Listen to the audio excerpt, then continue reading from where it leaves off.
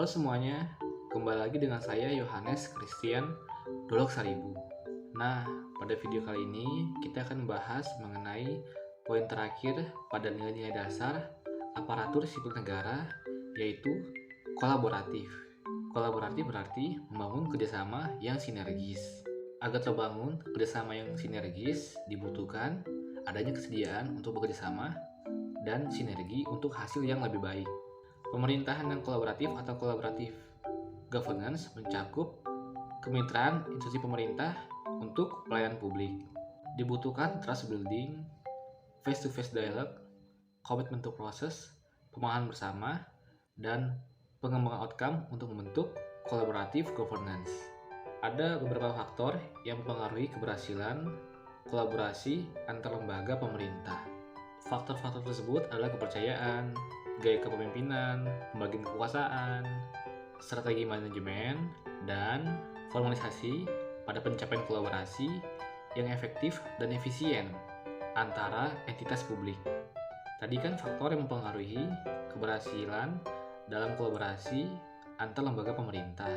Nah, kalau faktor yang dapat menghambat kolaborasi antar lembaga pemerintah yaitu ketidakjelasan batasan masalah karena perbedaan pemahaman dalam kesepakatan kolaborasi, dan juga dasar hukum kolaborasi yang tidak jelas. Bentuk nyata dari kolaborasi pemerintahan adalah whole of government atau bisa kita singkat sebagai WOG. Singkatnya, whole of government merupakan sebuah pendekatan untuk menyatukan upaya-upaya kolaboratif pemerintahan dari seluruh sektor untuk mencapai tujuan bersama yang terdapat dalam bidang pembangunan kebijakan, manajemen program, dan pelayanan publik. Whole of government juga dikenal sebagai pendekatan interagensi, yaitu sebuah pendekatan yang melibatkan sejumlah kelembagaan yang terkait dengan urusan-urusan yang relevan.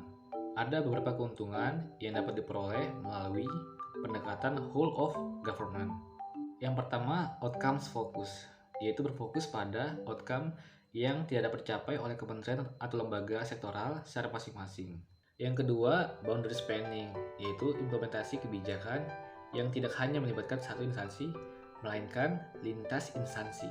Yang ketiga, enabling, yaitu membuat pemerintah lebih mampu menangani tantangan kebijakan yang kompleks.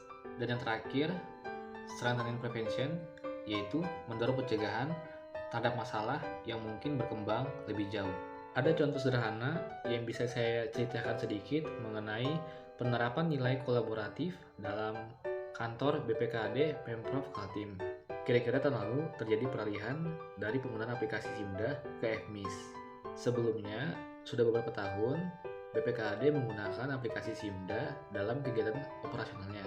Begitu juga dengan SKPD-SKPD yang lain.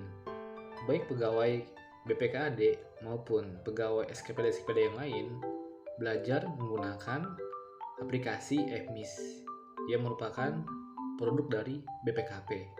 Aplikasi FMIS sendiri masih memiliki beberapa kekurangan, misalnya seperti kode satker UPTD yang masih double atau bertindih dengan UPTD yang lainnya.